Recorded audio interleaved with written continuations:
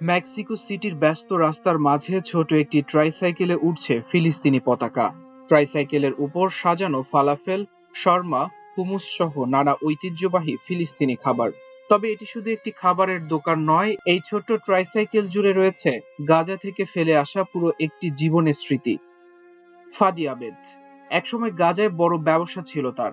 বিক্রি করতেন আখরোট, পেস্তা আর কাঠবাদাম। ছিল নিজের পরিচিত জীবন।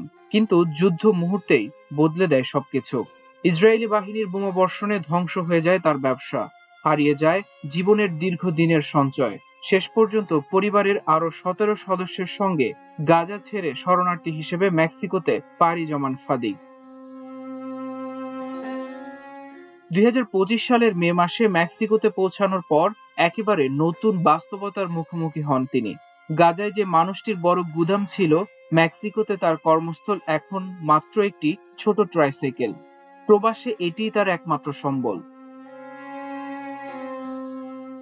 তবে এই ট্রাইসাইকেল শুধু ফাদির জীবিকার মাধ্যম নয়, এটি তার হারিয়ে যাওয়া দেশ ও সংস্কৃতির সঙ্গেও এক ধরনের যোগাযোগ। কারণ যুদ্ধের ভয়াবহ দিনগুলোতে গাজায় নিয়মিত খেতে পারতেন এমন অল্প কয়েকটি খাবারের একটি ছিল ফালাফেল।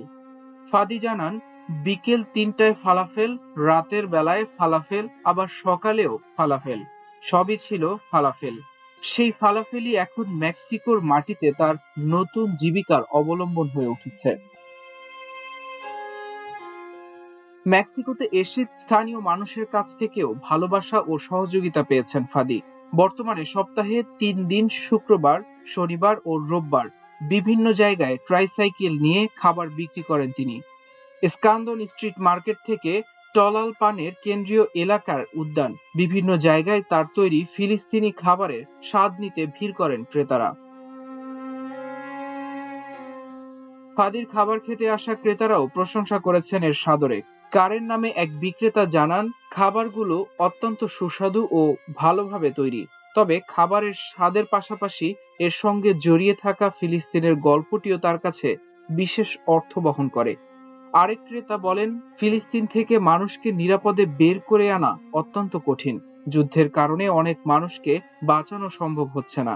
তবে একদিন পরিস্থিতির পরিবর্তন হবে এমন আশাও রয়েছে। এই ছোট্ট গাড়িতেই ফাদি বয়ে নিয়ে চলেছেন নিজের দেশের খাবার, সংস্কৃতি আর স্মৃতি।